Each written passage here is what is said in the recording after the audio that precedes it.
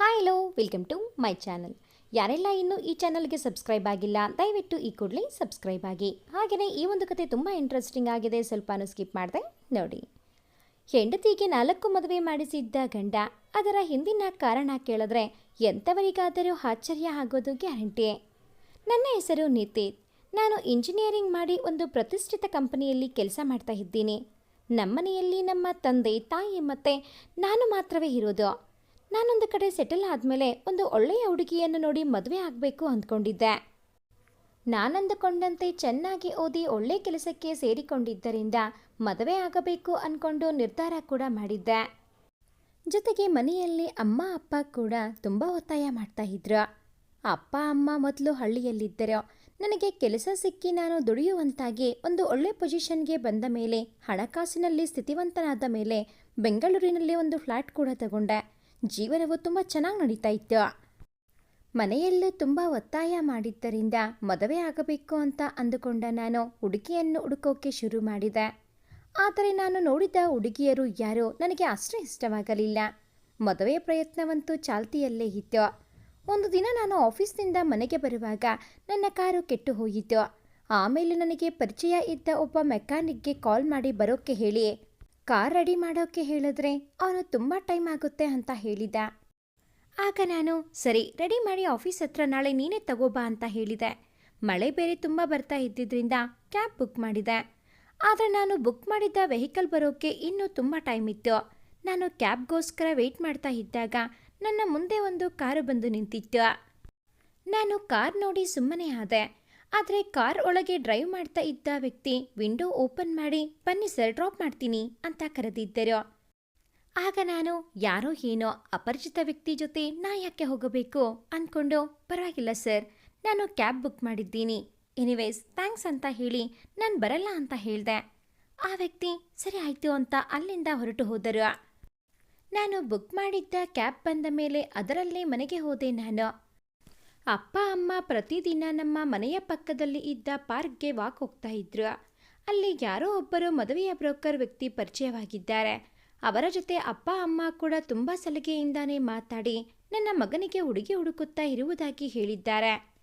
ಆಗ ಆ ಬ್ರೋಕರ್, ನಾನು ಕೂಡ ಮದುವೆ ಹುಡುಗಿಗಳನ್ನು ಸೆಟ್ ಮಾಡೋ ಬ್ರೋಕರ್, ನನ್ನ ತಂಗಿನೇ ಒಬ್ಬಳು ಇದ್ದಾಳೆ, ನೋಡೋಕ್ಕೂ ತುಂಬ ಚೆನ್ನಾಗಿದ್ದಾಳೆ, ನೀವು ಒಪ್ಪೋದಾದರೆ ನನ್ನ ತಂಗಿಯನ್ನೇ ನಿಮಗೆ ತೋರಿಸ್ತೀನಿ ಅಂತ ನನ್ನ ತಂದೆ ತಾಯಿಗೆ ಫೋಟೋ ಕೂಡ ತೋರಿಸಿದ್ದಾರೆ. ಹುಡುಗಿ ನೋಡೋಕ್ಕೆ ಚೆನ್ನಾಗಿದ್ದರಿಂದ ನನ್ನ ತಂದೆ ಅವರ ಫೋನಿಗೆ ಆ ಫೋಟೋ ಕೂಡ ಕಳಿಸಿಕೊಂಡಿದ್ದಾರೆ. ಜೊತೆಗೆ ಆ ಬ್ರೋಕರ್ ಫೋನಿಗೆ ನನ್ನ ಫೋಟೋ ಕೂಡ ಕಳಿಸಿ ನನ್ನ ಮಗ ಒಳ್ಳೆ ಕೆಲಸದಲ್ಲಿದ್ದಾನೆ, ಕೈ ತುಂಬ ಸಂಬಳ, ಸಾಕಷ್ಟು ಆಸ್ತಿ ಮಾಡಿದ್ದಾನೆ ಅಂತೆಲ್ಲ ಹೇಳಿ ಬಂದಿದ್ದಾರೆ. ಜೊತೆಗೆ ನಮ್ಮ ಮಗನಿಗೆ ಈ ಫೋಟೋನ ತೋರಿಸಿ ಅವನಿಗೆ ಹುಡುಗಿ ಇಷ್ಟ ಆದರೆ ಮುಂದಿನದನ್ನು ಮಾತಾಡೋಣ ಅಂತ ಹೇಳಿ ಆ ಬ್ರೋಕರ್ ನಂಬರನ್ನು ಕೂಡ ತಗೊಂಡು ಬಂದಿದ್ರು. ನಾನು ಮನೆಗೆ ಬಂದಾಗ ಆ ವಿಷಯದ ಬಗ್ಗೆ ನನಗೆ ಹೇಳಿದ ನನ್ನ ತಂದೆ ತಾಯಿ ಹುಡುಗಿಯ ಫೋಟೋವನ್ನು ಕೂಡ ನನಗೆ ತೋರಿಸಿದರು. ಹುಡುಗಿ ನೋಡೋಕ್ಕೆ ತುಂಬಾ ಚೆನ್ನಾಗಿದ್ಲು. ಫೋಟೋ ನೋಡಿದ ತಕ್ಷಣ ನನಗೂ ಇಷ್ಟ ಆದ್ಲು. ನಾನು ಕೂಡ ಸರಿ ಆಯಿತು ಅಂತ ಮುಂದಿನ ಭಾನುವಾರ ಹುಡುಗಿಯನ್ನು ನೋಡೋಕ್ಕೆ ಹೋಗೋಣ ಅಂತ ಹೇಳಿದೆ. ಅಪ್ಪ ಕೂಡ ಬ್ರೋಕರ್ಗೆ ಕಾಲ್ ಮಾಡಿ ಭಾನುವಾರ ನಾವು ಹುಡುಗಿ ನೋಡೋಕ್ಕೆ ಬರುವುದಾಗಿ ಹೇಳಿದ್ರು. ಆ ಬ್ರೋಕರ್ ಕೂಡ ಸರಿ ಆಯಿತು ಅಂತ ಒಪ್ಪಿಕೊಂಡರು. ನಾವು ಹೇಳಿದಂತೆಯೇ ಭಾನುವಾರ ನನಗೆ ರಜಾ ಇದ್ದಿದ್ದರಿಂದ ಆ ಬ್ರೋಕರ್ ಹೇಳಿದ ಅಡ್ರೆಸ್ಗೆ ಹುಡುಗಿ ನೋಡೋಕ್ಕೆ ನಾನು ಅಪ್ಪ ಅಮ್ಮ 3 ಜನ ಹೋದ್ವಿ. ಬ್ರೋಕರ್ ಮತ್ತೆ ಅವನ ತಂಗಿ ಇದ್ದಿದ್ದು ಒಂದು ಬಾಡಿಗೆ ಮನೆಯಲ್ಲಿ. ಆದರೆ ಮನೆ ಮಾತ್ರ ಅನುಕೂಲವಾಗಿ ಚೆನ್ನಾಗಿತ್ತು. ನನಗೆ ಆ ಬ್ರೋಕರ್ ತಂಗಿ ಹುಡುಗಿ ಕಾಫಿ ತಂದು ಕೊಟ್ಲು. ಅವಳ ಹೆಸರು ಸ್ವಪ್ನ ಅಂತ. ಫೋಟೋದಲ್ಲಿ ನೋಡಿದ್ದಕ್ಕಿಂತ ರಿಯಲ್ ಆಗಿ ಇನ್ನೂ ತುಂಬ ಸುಂದರವಾಗಿ ಕಾಣಿಸುತ್ತಿದ್ಲು. ನನಗೆ ಅವಳನ್ನು ನೋಡಿದ್ದ ತಕ್ಷಣವೇ ಇಷ್ಟ ಆಗಿಬಿಟ್ಲು. ಆಗ ಬ್ರೋಕರ್ ಹೇಳಿದ್ರು ಅವರ ಹೆಸರು ರಾಜೇಶ್ ಅಂತ. ಮತ್ತೆ ನಮಗೆ ಅಪ್ಪ ಅಮ್ಮ ಯಾರೂ ಇಲ್ಲ, ನಾವು ಚಿಕ್ಕವರಾಗಿದ್ದಾಗಲೇ ತೀರ್ಹೋದ್ರು. ನಾವು ಚಿಕ್ಕಂದಿನಲ್ಲಿ ನಮ್ಮ ನೆಂಟರು ಕೂಡ ಯಾರೂ ನಮ್ಮನ್ನು ನೋಡಿಕೊಳ್ಳಲಿಲ್ಲ. ಅದಕ್ಕೆ ಆಗಲೇ ನಾನು ಬೆಂಗಳೂರಿನ ಕಡೆಗೆ ಬಂದು ಬಿಟ್ಟೆ ನನ್ನ ತಂಗಿಯನ್ನು ಕರೆದುಕೊಂಡು. ನಮಗೆ ಅಂತ ಆಸ್ತಿ ಪಾಸ್ತಿ ಏನೂ ಇಲ್ಲ. ನನ್ನ ತಂಗಿ ಕೂಡ SSLCವರೆಗೆ ಓದಿದ್ದು. ಕೆಲಸಕ್ಕೆ ಹೋಗ್ತೀನಿ ಅಂದ್ಲು. ಆದರೆ ನಾನೇ ಬೇಡ ಅಂದೆ. ನಿಮಗೆ ಗೊತ್ತಿದೆಯಲ್ಲ ಈಗಿನ ಕಾಲದಲ್ಲಿ ಹೆಣ್ಣು ಮಕ್ಕಳನ್ನು ಹೇಗೆ ನೋಡುತ್ತಾರೆ ಅಂತ. ಅದಕ್ಕೆ ಮನೆಯಲ್ಲೇ ಇರುವಂಥ ಕೆಲಸಕ್ಕೆಲ್ಲೂ ಕಳಿಸ್ಲಿಲ್ಲ ನಾನು. ಆದರೆ ಅವಳು ಟೈಲರಿಂಗ್ ಕಲ್ತಿದ್ದಾಳೆ, ಮನೆಯಲ್ಲೇ ಟೈಲರಿಂಗ್ ಮಾಡ್ತಾಳೆ ಅಂತ ಹೇಳಿದ್ರು. ಮತ್ತು ನಮ್ಮದು ನಿಮ್ಮದು ಜಾತಿ ಬೇರೆ. ಆದರೆ ನಾನು ಜಾತಿಗೆಲ್ಲ ಮಹತ್ವ ಕೊಡಲ್ಲ. ಹುಡುಗ ಒಳ್ಳೆಯವನಾಗಿದ್ರೆ ನನ್ನ ತಂಗಿಯನ್ನು ಮದುವೆ ಮಾಡೋಣ ಅಂದ್ಕೊಂಡಿದ್ದೀನಿ ಅಂತ ಹೇಳಿದ್ರು ಬ್ರೋಕರ್ ರಾಜೇಶ್. ಅವರ ಮಾತು ಕೇಳಿದ ನಾವು ಕೂಡ ನಮಗೂ ಅಷ್ಟೇ, ಹುಡುಗಿಯ ಒಳ್ಳೆಯವಳಾಗಿದ್ದರೆ ಅಷ್ಟೇ ಸಾಕು, ಮನೆಗೆ ಹೊಂದ್ಕೊಂಡು ಹೋದರೆ ನಾವು ಮತ್ತೆ ಏನನ್ನು ಕೇಳೋದಿಲ್ಲ, ನಾವು ಕೂಡ ಜಾತಿಗೆಲ್ಲ ಅಷ್ಟೊಂದು ಪ್ರಾಮುಖ್ಯತೆ ಕೊಡಲ್ಲ, ಮತ್ತೆ ನನಗೆ ಕೂಡ ಈ ಆಡಂಬರದ ಮದುವೆಯೆಲ್ಲ ಇಷ್ಟ ಆಗಲ್ಲ ಅಂತ ನಾನು ಕೂಡ ಹೇಳಿದ್ದೆ. ಹಾಗೆ ನನಗೆ ಕೂಡ ನಿಮ್ಮ ತಂಗಿ ಒಪ್ಪಿಗೆ ಆಗಿದ್ದಾಳೆ ಅಂತ ಅಲ್ಲೇ ಹೇಳಿದ್ದೆ ನಾನು. ಮತ್ತೆ ಹುಡುಗಿಯನ್ನು ಕೂಡ ಕೇಳಿದೆ, ನಾನು ನಿಮಗೆ ಒಪ್ಪಿಗೆ ಆಗಿದ್ದೀನಾ ಅಂತ. ಆಗ ಹುಡುಗಿ ಕೂಡ ನಮ್ಮ ಅಣ್ಣನಿಗೆ ಒಪ್ಪಿಗೆ ಆದರೆ ನನಗೂ ಒಪ್ಪಿಗೆನೆ, ನನಗೂ ಕೂಡ ನೀವು ಇಷ್ಟ ಆದ್ರಿ ಅಂತ ಹೇಳಿದ್ರು. ಕೊನೆಗೆ ನಮ್ಮೆಲ್ಲರಿಗೂ ಸಮಾಧಾನವಾದ ಮೇಲೆ ಮದುವೆಗೆ ಕೂಡ ಒಪ್ಕೊಂಡ್ರೆ. ಸದ್ಯದಲ್ಲೇ ಒಂದು ಒಳ್ಳೆ ದಿನ ನೋಡಿ ಸಿಂಪಲ್ ಆಗಿ ದೇವಸ್ಥಾನದಲ್ಲಿ ಮದುವೆ ಮಾಡಿಕೊಳ್ಳೋಣ ಅಂತ ನಾನು ಹೇಳಿದೆ. ಅದಕ್ಕೆ ಅಪ್ಪ ಅಮ್ಮ ಮತ್ತೆ ಬ್ರೋಕರ್ ರಾಜೇಶ್ ಎಲ್ಲರೂ ಒಪ್ಕೊಂಡ್ರು. ಹಾಗೆ ಮದುವೆ ಫಿಕ್ಸ್ ಆದ ಖುಷಿಗೆ ಅವರ ಮನೆಯಲ್ಲಿ ಸಿಹಿ ಕೂಡ ಮಾಡಿದ್ರು. ಜೊತೆಗೆ ತಿಂಡಿ ಕೂಡ ಅವರ ಮನೆಯಲ್ಲಿ ತಿಂದುಕೊಂಡು ಬರುವಾಗ ಸ್ವಪ್ನ ಫೋನ್ ನಂಬರ್ ಕೂಡ ಕಲೆಕ್ಟ್ ಮಾಡಿಕೊಂಡು ಬಂದೆ. ಜೊತೆಗೆ ಒಂದು ಒಳ್ಳೆ ಮುಹೂರ್ತ ನೋಡಿ ಆದಷ್ಟು ಬೇಗ ಮದುವೆ ಫಿಕ್ಸ್ ಮಾಡೋಣ ಅಂತ ಮಾತಾಡ್ಕೊಂಡ್ರೆ. ಹಾಗೆ ಮದುವೆ ಫಿಕ್ಸ್ ಆದ ತಿಂಗಳಲ್ಲೇ ಒಳ್ಳೆ ಮುಹೂರ್ತ ಕೂಡ ಇತ್ತು. ಪುರೋಹಿತರನ್ನ ಕೇಳಿ ವಿಚಾರಿಸಿ ಹತ್ತಿರದಲ್ಲೇ ಇದ್ದ ಒಂದು ಒಳ್ಳೆ ಮುಹೂರ್ತದ ದಿನ ಕೂಡ ಫಿಕ್ಸ್ ಮಾಡಿದ್ವಿ. ನಂತರ ಸ್ವಪ್ನಾಗೆ ಪ್ರತಿದಿನ ಕಾಲ್ ಮಾಡಿ ಮಾತಾಡ್ತಾ ಇದ್ದೆ. ಅವಳು ಕೂಡ ಚೆನ್ನಾಗಿ ಮಾತಾಡ್ತಾ ಇದ್ಲು. ಅದರ ಜೊತೆಗೆ ಅವಳನ್ನ ಕರೆದುಕೊಂಡು ಹೋಗಿ ಮದುವೆಗೆ ಏನೇನು ಬೇಕು ಎಲ್ಲವನ್ನೂ ಅವಳಿಗೆ ಶಾಪಿಂಗ್ ಮಾಡಿಸಿದ್ದೆ. ಅವರು ಬಡವರು ಅಂತ ಗೊತ್ತಿದ್ದರಿಂದ ಅವಳಿಗೆ ನಾನೇ 100 ಗ್ರಾಂ ಗೋಲ್ಡ್ ಕೂಡ ಮಾಡಿಸಿದ್ದೆ. ಜೊತೆಗೆ ಸಾಕಷ್ಟು ದುಬಾರಿ ಬಟ್ಟೆ ಸೀರೆಗಳನ್ನು ಕೂಡ ಕೊಡಿಸಿದ್ದೆ. ಅವಳು ಖುಷಿ ಖುಷಿಯಿಂದ ತನಗೆ ಬೇಕಾದ ವಸ್ತುಗಳನ್ನೆಲ್ಲ ತಗೊಂಡು ನೋಡ್ತಾ ಇದ್ದ ಹಾಗೆ ಮದುವೆ ದಿನ ಹತ್ತಿರ ಬರ್ತಾ ಇತ್ತು. ನನಗೆ ಮೊದಲಿನಿಂದಲೂ ಈ ಆಡಂಬರದ ಮದುವೆ, ಅದಕ್ಕೆ ದುಂದು ವೆಚ್ಚ ಮಾಡೋದು ನನಗೆ ಇಷ್ಟ ಆಗ್ತಿರ್ಲಿಲ್ಲ. ಹಾಗಾಗಿ ನಾನು ಮೊದಲೇ ಫಿಕ್ಸ್ ಆಗಿದ್ದೆ, ಬಹಳ ಸರಳವಾಗಿ ಮದುವೆ ಆಗಬೇಕು ಅಂತ. ಹಾಗಾಗಿ ನನಗೆ ಬೇಕಾದ ತೀರಾ ಹತ್ತಿರದ ಕೆಲವೊಂದಷ್ಟು ಜನರನ್ನು ಕರೆದು ದೇವಸ್ಥಾನದಲ್ಲಿ ಸರಳವಾಗಿ ಮದುವೆ ಆಗಬೇಕು ಅಂದುಕೊಂಡೆ. ಹಾಗೆ ಮದುವೆ ದಿನ ಕೂಡ ಬಂದೇ ಬಿಡ್ತು. ಹುಡುಗಿ ಕಡೆಯಿಂದ ಹುಡುಗಿ ಅಣ್ಣ ರಾಜೇಶ್ನನ್ನ ಬಿಟ್ಟು ಮತ್ಯಾರೂ ಮದುವೆಗೆ ಬಂದಿರಲಿಲ್ಲ. ಅವರು ಮೊದಲೇ ಹೇಳಿದ್ದರು, ನಾವು ಕಷ್ಟದಲ್ಲಿದ್ದಾಗ ನಮ್ಮನ್ನ ಯಾರೂ ನೋಡಿಕೊಳ್ಳಲಿಲ್ಲ, ಹಾಗಾಗಿ ನಾವು ಎಲ್ಲರಿಂದ ದೂರ ಇದ್ದೀವಿ. ನನಗೆ ನನ್ನ ತಂಗಿ, ಅವಳಿಗೆ ನಾನು, ಇಷ್ಟೇ ನಮ್ಮ ಪ್ರಪಂಚ, ನಮಗೆ ಮತ್ಯಾರೂ ಇಲ್ಲ, ನಾವು ಮತ್ಯಾರನ್ನ ಮದುವೆಗೂ ಕೂಡ ಕರೆಯಲ್ಲ ಅಂತ. ನನಗೂ ಕೂಡ ಅವರ ಮಾತು ಸರಿ ಅನಿಸಿತ್ತು. ಹಾಗಾಗಿ ನಾನು ಕೂಡ ಸುಮ್ಮನೆ ಆದೆ. ನಾನು ನನಗೆ ತೀರಾ ಹತ್ತಿರದ ಕೆಲವೊಂದಷ್ಟು ಜನರಿಗೆ ಮಾತ್ರ ಹೇಳಿ ಸರಳವಾಗಿ ದೇವಸ್ಥಾನದಲ್ಲಿ ಮದುವೆ ಆದ್ವಿ. ಆದರೆ ನಮ್ಮ ಮದುವೆನ ನಾವು ರಿಜಿಸ್ಟರ್ ಮಾಡಿಸಲಿಲ್ಲ. ಮದುವೆ ಮಗಳು ಸ್ವಪ್ನಾನ ಮನೆ ತುಂಬಿಸಿಕೊಂಡ್ರಿ. ಸ್ವಪ್ನ ಕೂಡ ಬಹಳ ಖುಷಿಯಿಂದಾನೇ ನಮ್ಮ ಮನೆಗೆ ಬಂದ್ಲು. ನಾವಿಬ್ರು ನಮ್ಮ ದಾಂಪತ್ಯವನ್ನು ಕೂಡ ಆರಂಭಿಸಿದ್ವಿ. ಸ್ವಪ್ನ ಅಣ್ಣ ರಾಜೇಶ್ ಕೂಡ ಆವಾಗವಾಗ ನಮ್ಮ ಮನೆಗೆ ಬಂದು ಸ್ವಪ್ನನ ನೋಡ್ಕೊಂಡು ಹೋಗ್ತಾ ಇದ್ರು. ಸ್ವಪ್ನ ಮನೆಯ ಎಲ್ಲ ಕೆಲಸಗಳನ್ನು ಅವಳೇ ಮಾಡ್ತಾ ಇದ್ಲು. ಅಪ್ಪ ಅಮ್ಮನನ್ನ ತುಂಬ ಪ್ರೀತಿಯಿಂದ ಚೆನ್ನಾಗಿ ನೋಡ್ಕೋತಾ ಇದ್ಲು. ಅಮ್ಮನಿಗೆ ಯಾವುದೇ ಕೆಲಸ ಕೂಡ ಮಾಡೋಕ್ಕೆ ಬಿಡ್ತಾ ಇರಲಿಲ್ಲ, ಎಲ್ಲವನ್ನೂ ಅವಳೇ ಮಾಡ್ತಾ ಇದ್ಲು. ಅಪ್ಪ ಅಮ್ಮನಿಗೆ ಟೈಮ್ಗೆ ಕಾಫಿ, ತಿಂಡಿ, ಊಟ ಎಲ್ಲವನ್ನ ಕೊಟ್ಟು ಅವರ ಆರೈಕೆ ಮಾಡಿ ಅವರ ಜೊತೆಗೆ ತುಂಬ ಚೆನ್ನಾಗಿ ಹೊಂದಿಕೊಂಡು ಹೋಗ್ತಾ ಇದ್ಲು. ಇನ್ನು ನನ್ನ ಜೊತೆಗೂ ಕೂಡ ತುಂಬ ಪ್ರೀತಿಯಿಂದ ಇರ್ತಾ ಇದ್ಲು. ನಾನು ಎದ್ದೋಳೋ ಮುಂಚೆ ಬೆಡ್ ಕಾಫಿ ಕೊಟ್ಟು ನನ್ನನ್ನು ಸ್ನಾನಕ್ಕೆ ಕಳಿಸಿ ನಾನು ಸ್ನಾನ ಮಾಡಿ ಬರುವಷ್ಟರಲ್ಲಿ ನನ್ನ ಬಟ್ಟೆಗಳೆಲ್ಲ ಐರನ್ ಮಾಡಿ ಜೋಡಿಸಿ ಇಟ್ಟಿರ್ತಾ ಇದ್ಲು. ನನಗೆ ಇಷ್ಟ ಆಗುವ ತಿಂಡಿಗಳನ್ನೇ ಮಾಡ್ತಾ ಇದ್ಲು. ಮಧ್ಯಾಹ್ನಕ್ಕೂ ಕೂಡ ಲಂಚ್ ಬಾಕ್ಸ್ ರೆಡಿ ಮಾಡಿ ಕೊಡ್ತಾ ಇದ್ಲು. ಮನೆಯಲ್ಲಿ ಎಲ್ಲರ ಆರೋಗ್ಯದ ಬಗ್ಗೆಯೂ ತುಂಬ ಕಾಳಜಿ ವಹಿಸ್ತಾ ಇದ್ಲು. ನಾನು ಆಫೀಸಿಗೆ ಹೋದ ಮೇಲೂ ಕೂಡ ಮಧ್ಯಾಹ್ನ ಕಾಲ್ ಮಾಡಿ ಊಟ ಮಾಡಿದ್ರ ಅಂತೆಲ್ಲ ನನ್ನ ಯೋಗಕ್ಷೇಮ ವಿಚಾರಿಸ್ತಾ ಇದ್ಲು. ಒಟ್ಟಿನಲ್ಲಿ ನಮ್ಮೆಲ್ಲರ ಜೊತೆಯೂ ತುಂಬ ಚೆನ್ನಾಗಿ ಹೊಂದಿಕೊಂಡಿದ್ದಳು. ನಾನಂತೂ ಸ್ವಪ್ನ ನನ್ನ ಹೆಂಡತಿಯಾಗಿ ನನಗೆ ಸಿಕ್ಕಿದ್ದು ನನ್ನ ಅದೃಷ್ಟ ಅಂತಾನೆ ಭಾವಿಸಿದ್ದೆ. ಯಾಕಂದರೆ ಈಗಿನ ಕಾಲದಲ್ಲಿ ಹುಡುಗಿಯರೆಲ್ಲ ಒಟ್ಟಿಗೆ ಇದ್ದರೆ ಪ್ರೈವಸಿ ಇರಲ್ಲ ಅಂತ ಗಂಡ ಹೆಂಡತಿ ಇಬ್ಬರೇ ಸಪ್ರೇಟ್ ಇರೋಣ ಅಂತ ಹೇಳೋ ಕಾಲದಲ್ಲೂ ಕೂಡ ಸ್ವಪ್ನ ಅಪ್ಪ ಅಮ್ಮನ ಜೊತೆನೇ ಇರೋಣ ಅಂತ ಹೇಳಿದ್ಲು. ಅಲ್ಲದೆ ಅವರನ್ನು ತುಂಬ ಕಾಳಜಿಯಿಂದ ನೋಡ್ಕೋತಾ ಇದ್ಲು. ಇದೆಲ್ಲವೂ ನನ್ನ ಮನಸ್ಸಿಗೆ ಸಮಾಧಾನವನ್ನು ತಂದಿದ್ದು. ನಾನು ಸ್ವಪ್ನನ ಹೊರಗಡೆ ಸುತ್ತಾಡೋಕ್ಕೆ ಹೋಗೋಣ ಅಂತ ಹೇಳಿದ್ರೆ ಅವಳು ಅತ್ತೆ ಮಾವನನ್ನು ಕೂಡ ನಮ್ಮ ಜೊತೆಗೆ ಕರ್ಕೊಂಡು ಹೋಗೋಣ, ಅವ್ರು ತಾನೇ ಎಲ್ಲಿಗೆ ಹೋಗ್ತಾರೆ ಅಂತ ಅವರನ್ನು ಕೂಡ ಜೊತೆಗೆ ಕರ್ಕೊಂಡು ಹೋಗೋಣ ಅಂತ ಹೇಳ್ತಾ ಇದ್ಲು. ಅವಳ ಈ ಗುಣವಂತೂ ನನಗೆ ಬಹಳ ಇಷ್ಟವಾಗಿತ್ತು. ಈ ಮಧ್ಯದಲ್ಲಿ ನನಗೆ ಯಾವುದೋ ಒಂದು ದೊಡ್ಡ ಮೊತ್ತದ ಹಣ ಕೂಡ ಬಂತು. ನಾನು ಆ ಹಣದಲ್ಲಿ ಮನೆ ಕಟ್ಟಿ ಬಾಡಿಗೆಯ ಬರುವಂತೆ ಮಾಡೋಣ ಅಂತ ಅನ್ಕೊಂಡೆ. ಅದನ್ನ ಮನೆಯವರ ಬಳಿ ಕೂಡ ಹೇಳಿದೆ. ಆಗ ಸ್ವಪ್ನ ಒಂದು ಸಲಹೆ ಕೊಟ್ಟಳು. ಮನೆ ಕಟ್ಟಿದ್ರೆ ಸೈಟ್ ವ್ಯಾಲ್ಯೂ ಕಡಿಮೆ ಆಗುತ್ತೆ. ಜೊತೆಗೆ ಕೆಲವು ವರ್ಷಗಳು ಕಳೆದ ಮೇಲೆ ಮನೆಗೆ ವ್ಯಾಲ್ಯೂ ಇರೋದಿಲ್ಲ. ಅದು ಅಲ್ಲದೆ ಬಾಡಿಗೆಗೆ ಮನೆ ಕೊಟ್ಟರೆ ಸುಮ್ಮನೆ ತಲೆನೋವು. ಅದರ ಬದಲು ಯಾವುದಾದರೂ ಸೈಟ್ ತಗೊಳ್ಳಿ. ಸೈಟ್ ಮೇಲೆ ಇನ್ವೆಸ್ಟ್ ಮಾಡಿದ್ರೆ ದಿನದಿಂದ ದಿನಕ್ಕೆ ಸೈಟ್ ವ್ಯಾಲ್ಯೂ ಕೂಡ ಜಾಸ್ತಿ ಆಗುತ್ತೆ. ಅಥವಾ ನಮಗೆ ತೀರಾ ಅವಶ್ಯಕತೆ ಬಿದ್ದಾಗ ಅದನ್ನು ಬೇಕಿದ್ರೂ ಮಾರಬಹುದು ಅಂತ ಹೇಳಿದ್ಲು. ಅವಳ ಮಾತು ಕೇಳಿದ ನನಗೆ ಆಶ್ಚರ್ಯವಾಗಿತ್ತು. ಅವಳಿಗೆ ಇಷ್ಟೊಂದು ನಾಲೆಡ್ಜ್ ಇರಬಹುದು ಅಂತ ನಾನು ಅಂದ್ಕೊಂಡಿರಲಿಲ್ಲ. ಜೊತೆಗೆ ಅವಳು ಹೇಳಿದ ಮಾತುಗಳು ನನಗೂ ಕೂಡ ಸರಿ ಅನಿಸಿತ್ತು. ನಾನು ಕೂಡ ಒಂದು ಒಳ್ಳೆ ಸೈಟನ್ನು ಹುಡುಕುವ ಪ್ರಯತ್ನ ಮಾಡ್ತಾ ಇದ್ದೆ. ಇಷ್ಟೆಲ್ಲ ಆಗೋ ಅಷ್ಟರಲ್ಲಿ ನಮ್ಮ ಮದುವೆ ಹಾಗೆ 1 ತಿಂಗಳಾಗಿತ್ತು ಅಷ್ಟೇ. ಕೊನೆಗೂ ಒಬ್ಬರು ಬ್ರೋಕರ್ ಕಡೆಯಿಂದ ನಮಗೆ ಒಂದು ಒಳ್ಳೆ ಸೈಟ್ ಸಿಕ್ತು. ಅದನ್ನು ನಾವೆಲ್ಲ ಹೋಗಿ ನೋಡಿಕೊಂಡು ಬಂದು ನಮ್ಮೆಲ್ಲರಿಗೂ ಆ ಸೈಟ್ ಒಪ್ಪಿಗೆ ಕೂಡ ಆಯಿತು. ಆ ಸೈಟ್ ಮಾರ್ತಾ ಇದ್ದವರಿಗೆ ಹಣದ ಅಗತ್ಯ ತುಂಬ ಇದ್ದಿದ್ದರಿಂದ ಬೇಗನೆ ರಿಜಿಸ್ಟ್ರೇಷನ್ ಮಾಡಿಸಿಕೊಳ್ಳಿ ಅಂತ ತುಂಬ ಒತ್ತಾಯ ಮಾಡಿದ್ರು. ನನ್ನ ಹತ್ರ ಯಾವುದೋ ಒಂದು ಅಮೌಂಟ್ ಬಂದಿದ್ದರಿಂದ ಸರಿ ಅಂತ ನಾನು ಕೂಡ ಒಪ್ಕೊಂಡು ರಿಜಿಸ್ಟ್ರೇಷನ್ಗೆ ಒಂದು ಡೇಟ್ ಕೂಡ ಫಿಕ್ಸ್ ಆಯಿತು. ನಾಳೆ ರಿಜಿಸ್ಟ್ರೇಷನ್ ಇದೆ ಅನ್ನುವಾಗ ನಾನು ರಿಜಿಸ್ಟ್ರೇಷನ್ ಇಂದಿನ ದಿನ ಬ್ಯಾಂಕಿನಿಂದ ಅಮೌಂಟ್ ಎಲ್ಲ ಡ್ರಾ ಮಾಡಿಕೊಂಡು ಬಂದು ಮನೆಯ ಕಬೋರ್ಡ್ನಲ್ಲಿ ಇಟ್ಟಿದ್ದೆ. ರಾತ್ರಿ ಎಲ್ಲರದು ಊಟ ಆಗಿ ಮಲ್ಗಿ ಮಾರನೇ ಬೆಳಗ್ಗೆ ಎಚ್ಚರ ಆದಾಗ ಸಮಯ 11 ಗಂಟೆ. ಟೈಮ್ ನೋಡಿದ ನಾನು ಎಷ್ಟೊತ್ತವರೆಗೂ ಮಲಗಿಬಿಟ್ನಲ್ಲ ಅಂತ ಅಂದುಕೊಂಡವನು ಕಣ್ಣು ಬಿಡೋಕೆ ಪ್ರಯಾಸ ಪಡ್ತಾ ಇದ್ದೆ. ಕಷ್ಟಪಟ್ಟು ಕಣ್ಬಿಟ್ಟು ಎದ್ದವನು ಈ ಸ್ವಪ್ನನಾದ್ರೂ ನನ್ನನ್ನು ಎದ್ದಿಳಿಸಬಾರದ. ಇವತ್ತು ಬೇರೆ ರಿಜಿಸ್ಟ್ರೇಷನ್ ಇದೆ ಅಂದ್ಕೊಂಡು ಎದ್ದು ಸ್ವಪ್ನ ಅಂತ ಕೂಗಿದ್ರೆ ಮನೆಯಲ್ಲಿ ಎಲ್ಲೂ ಸ್ವಪ್ನ ಕಾಣಿಸಲೇ ಇಲ್ಲ. ಕೊನೆಗೆ ಅಪ್ಪಾಜಿ ಅಮ್ಮನ ರೂಮಿಗೆ ಹೋಗಿ ನೋಡಿದ್ರೆ ಅವರಿನ್ನೂ ಮಲಗೇ ಇದ್ದಾರೆ. ಅವರು ಯಾವತ್ತೂ ಇಷ್ಟೊತ್ತುವರೆಗೂ ಮಲಗಿದವರೇ ಅಲ್ಲ. ಇವತ್ತೇನಾಯಿತು ಇವರಿಗೆ ಅಂತ ಅವರನ್ನು ತಟ್ಟಿ ಎದ್ದೇಳಿಸೋ ಪ್ರಯತ್ನ ಮಾಡಿದೆ. ಅವರು ಕೂಡ ಕಷ್ಟದಲ್ಲೇ ನಿಧಾನವಾಗಿ ಕಣ್ಣು ಬಿಟ್ಟವರು ಏನಾಯ್ತು ನಿನಗೆ ಅಂತ ಕೇಳಿದ್ರು. ಆಗ ನಾನು ಅಪ್ಪಾಜಿ ಅಮ್ಮ ಸ್ವಪ್ನ ಎಲ್ಲಿ? ನಾನು ಆಗ್ಲಿಂದ ಕೂಗ್ತಾ ಇದ್ದೀನಿ. ಅವಳು ಮನೆಯಲ್ಲಿ ಎಲ್ಲೂ ಕಾಣಿಸ್ತಾ ಇಲ್ಲ. ಇಷ್ಟು ಬೆಳಗ್ಗೆ ಬೆಳಗ್ಗೆ ಎದ್ದು ಎಲ್ಲಿಗೋದ್ಲು?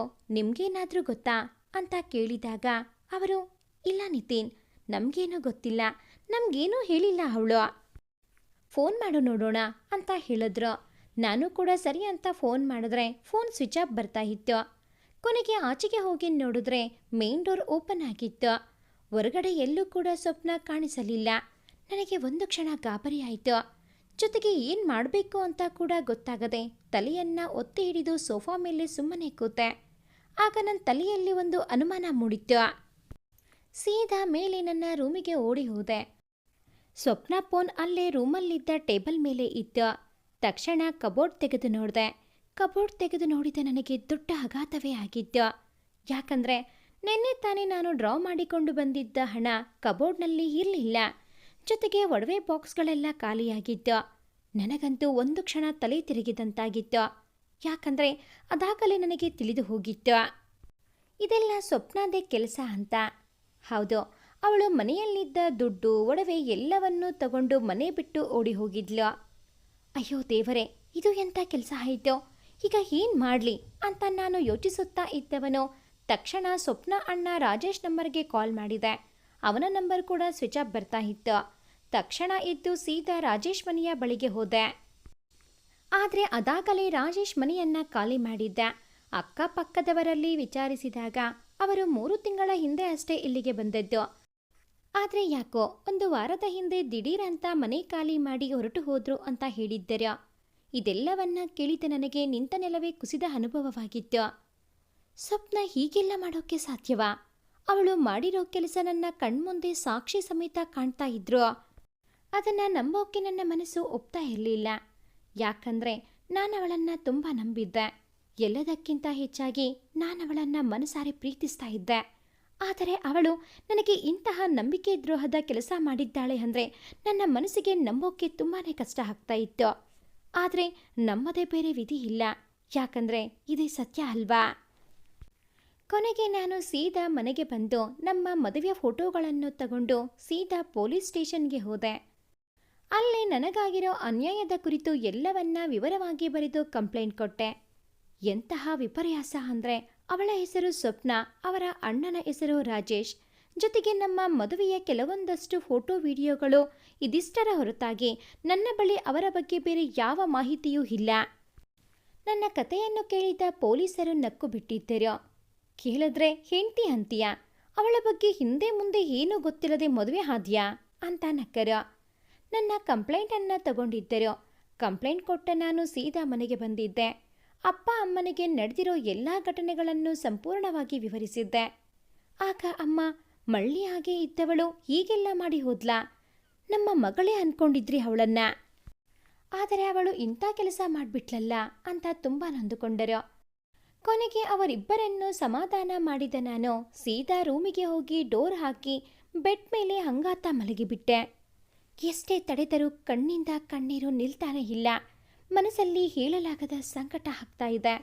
ಮದುವೆಯಾಗಿ 1 ತಿಂಗಳಾಗಿದ್ದರೂ ಕೂಡ ನಾನು ಸ್ವಪ್ನನ ತುಂಬಾ ಪ್ರೀತಿಸಿಬಿಟ್ಟಿದ್ದೆ. ಅವಳನ್ನು ತುಂಬಾ ನಂಬಿದೆ. ನಾನು ಅವಳನ್ನು ತುಂಬ ಹಚ್ಚಿಕೊಂಡಿದ್ದೆ. ಆದರೆ ಅವಳು ಮಾಡಿದ್ದು ನಂಬಿಕೆ ದ್ರೋಹದ ಕೆಲಸ. ಅವಳು ಮೋಸ ಮಾಡಿದ್ದಾಳೆ ಅನ್ನೋದು ನನ್ನ ಕಣ್ಮುಂದೆ ಕಾಣ್ತಾ ಇದ್ರು ನನಗೆ ಅದನ್ನು ಒಪ್ಕೊಳ್ಳೋಕೆ ಆಗ್ತಾ ಇಲ್ಲ. ನಂಬಿಕೆಯೇ ಜೀವನ ಅಲ್ವಾ? ನಾವು ಯಾರನ್ನಾದರೂ ಪ್ರಾಮಾಣಿಕವಾಗಿ ನಂಬ್ತೀವಿ ಅಂದರೆ ಅದು ನಮ್ಮ ಮೂರ್ಖತನ ಅಲ್ಲ, ಬದಲಾಗಿ ನಾವು ಅವರ ಮೇಲಿಟ್ಟಿರೋ ಪ್ರೀತಿಯೇ ನಂಬಿಕೆ. ಅಂತಹ ನಂಬಿಕೆಗೆ ಪೆಟ್ಟು ಬಿದ್ದಾಗ ಅದನ್ನು ತಡೆದುಕೊಳ್ಳೋಕೆ ಮನಸ್ಸಿಗೆ ಎಷ್ಟು ಕಷ್ಟ ಆಗುತ್ತೆ ಅನ್ನೋದು ಅದನ್ನು ಅನುಭವಿಸಿದವರಿಗೆ ಮಾತ್ರವೇ ಗೊತ್ತು. ನನ್ನದು ಕೂಡ ಈಗ ಅದೇ ಪರಿಸ್ಥಿತಿ. ಒಬ್ಬ ಮನುಷ್ಯನ ಇಷ್ಟು ಸುಲಭವಾಗಿ ಯಾಮಾರಿಸಬಹುದಾ?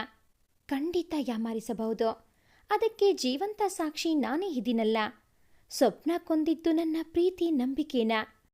ಅವಳು ಮೋಸಗಾತಿ, ನನಗೆ ಮೋಸ ಮಾಡಿ ಹೋಗಿದ್ದಾಳೆ. ಅವಳನ್ನು ನಾನು ದ್ವೇಷಿಸಬೇಕು, ಅವಳನ್ನು ನಾನು ನೆನಪು ಮಾಡಿಕೊಳ್ಳಬಾರದು ಅಂತ ಎಷ್ಟೇ ಅಂದ್ಕೊಂಡ್ರೂ ಅವಳನ್ನು ಮರೆಯೋದು ಕಷ್ಟ ಆಗ್ತಾ ಇತ್ತು ನನಗೆ. ಅವಳು ಮಾಡಿದ್ದು ನಾಟಕದ ಪ್ರೀತಿಯೇ ಇರಬಹುದು, ಆದರೆ ನನ್ನ ಪ್ರೀತಿ ಪರಿಶುದ್ಧವಾದದ್ದು. ನಾನವಳನ್ನು ಮನಸಾರೆ ಪ್ರೀತಿಸಿದ್ದೆ.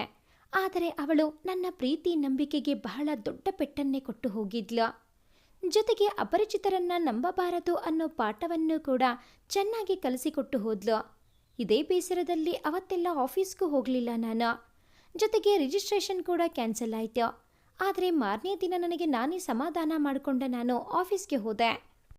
ಜೊತೆಗೆ ಪ್ರತಿದಿನ ಆಫೀಸ್ ಹೋಗಿ ಬರುವಾಗ ಸ್ವಪ್ನ ಮತ್ತು ರಾಜೇಶ್ ಬಗ್ಗೆ ಏನಾದರೂ ಗೊತ್ತಾಯ್ತಾ ಅಂತ ಪೊಲೀಸ್ ಹತ್ರ ವಿಚಾರಿಸ್ತಾ ಇದ್ದೆ. ಆದರೆ ಅವರಿಂದ ಇನ್ವೆಸ್ಟಿಗೇಷನ್ ಮಾಡ್ತಾ ಇದ್ದೀವಿ ಅನ್ನೋ ಉತ್ತರನೇ ಬರ್ತಾ ಇತ್ತು. ಇದೇ ದಿನಚರಿಯಲ್ಲಿ 10 ದಿನ ಕಳೆದು ಹೋಗಿತ್ತು.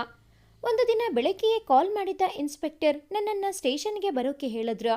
ನಾನು ಕೂಡ ಬೇಗನೆ ಪೊಲೀಸ್ ಸ್ಟೇಷನ್ಗೆ ಹೋದೆ. ಅಲ್ಲಿ ಸ್ವಪ್ನ ಮತ್ತು ರಾಜೇಶ್ ಇಬ್ಬರೂ ಇದ್ದರು. ಅವರನ್ನು ನೋಡಿ ನನಗೆ ಕೋಪ ಬಂದಿತ್ತು. ಸೀದಾ ಹೋದವನೇ, ಯಾಕೆ ಹೀಗೆ ಮಾಡಿದೆ ಸ್ವಪ್ನ ಅಂತ ನಾನು ಎಷ್ಟೇ ಕೇಳಿದ್ರೋ ಅವಳು ಏನೊಂದು ಮಾತಾಡಲಿಲ್ಲ. ಕೊನೆಗೆ ರಾಜೇಶ್ನ ಕೂಡ ಕೇಳಿದೆ, ಯಾಕೆ ಹೀಗೆಲ್ಲ ಮಾಡಿದ್ರಿ ಅಂತ. ಅವನು ಕೂಡ ಏನೊಂದು ಮಾತಾಡದೆ ತಲೆ ತಗ್ಸಿ ಸುಮ್ಮನೆ ನಿಂತು ಬಿಟ್ಟ. ನನ್ನ ಅವಸ್ಥೆನ ನೋಡಿದ್ದ ಇನ್ಸ್ಪೆಕ್ಟರ್ ನನ್ನನ್ನು ಅವರ ಬಳಿ ಕರೆದು, ಯಾವ ಸ್ವಪ್ನ ಯಾವ ರಾಜೇಶ್, ಅವರಿಬ್ಬರ ನಿಜವಾದ ಹೆಸರು ಅದಲ್ಲ ಅಂತ ಒಂದು ಸತ್ಯವನ್ನು ಹೇಳಿದ್ರು. ಅವರ ಮಾತನ್ನ ಕೇಳಿದ ನನಗೆ ಆಗಿದ್ದು ಅಂತಿಂತ ಆಘಾತವಲ್ಲ. ಹೌದು, ಸ್ವಪ್ನ ಮತ್ತು ರಾಜೇಶ್ ಇಬ್ರು ಅಣ್ಣ ತಂಗಿ ಅಲ್ಲ, ಅವರಿಬ್ರು ಗಂಡ ಹೆಂಡತಿ ಅನ್ನೋದು. ಸ್ವತಃ ರಾಜೇಶ್ ಸ್ವಪ್ನಾಗೆ 3 ಮದುವೆ ಮಾಡಿಸಿದ್ದಾನೆ. ಅವರು ಹೀಗೆ ಮಾಡೋಕ್ಕೆ ಕಾರಣ ಹಣ, ಐಷಾರಾಮಿ ಜೀವನ. ಹೌದು, ಸ್ವಪ್ನ ಮತ್ತು ರಾಜೇಶ್ ಪ್ರೀತಿಸಿ ಮದುವೆಯಾದವರು. ತುಂಬ ಕಷ್ಟಪಟ್ಟು ದುಡಿದರೂ ಅದರಿಂದ ಅವರು ಅಂದುಕೊಂಡ ಅಂತಹ ಜೀವನ ನಡೆಸೋಕೆ ಆಗಲಿಲ್ಲ. ಅದಕ್ಕೆ ಈ ಕಳ್ಳದಾರಿ ಹಿಡಿದಿದ್ದರು.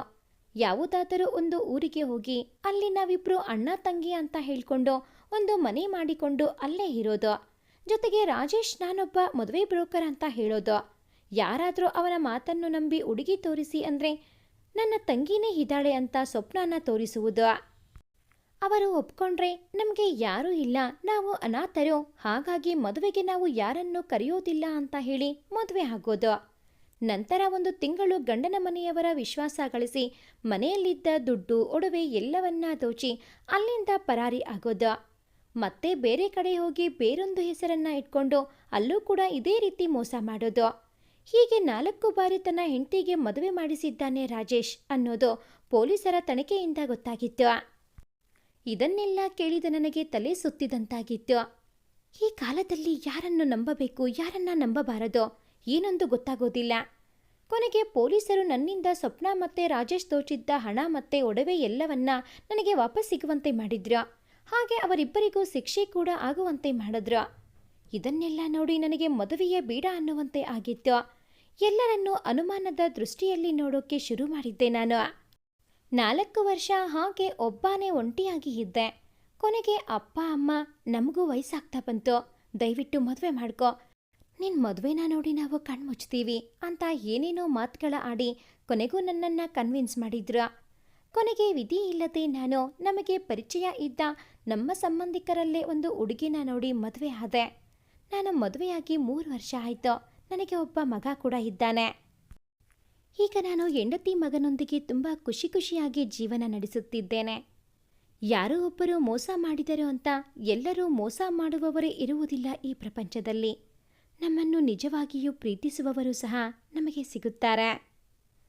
ಈ ಒಂದು ಕತೆ ನಿಮಗೆ ಇಷ್ಟ ಆಗಿದ್ದಲ್ಲಿ ಪ್ಲೀಸ್ ಲೈಕ್ ಮಾಡಿ, ಶೇರ್ ಮಾಡಿ, ಹಾಗೆಯೇ ಕಾಮೆಂಟ್ ಮಾಡೋದನ್ನು ಮರಿಬೇಡಿ. ಹಾಗೆಯೇ ಇನ್ನೂ ಯಾರೆಲ್ಲ ಈ ಚಾನಲ್ಗೆ ಸಬ್ಸ್ಕ್ರೈಬ್ ಆಗಿಲ್ಲ, ದಯವಿಟ್ಟು ಈ ಕೂಡಲೇ ಸಬ್ಸ್ಕ್ರೈಬ್ ಆಗಿ. Thanks for watching this video.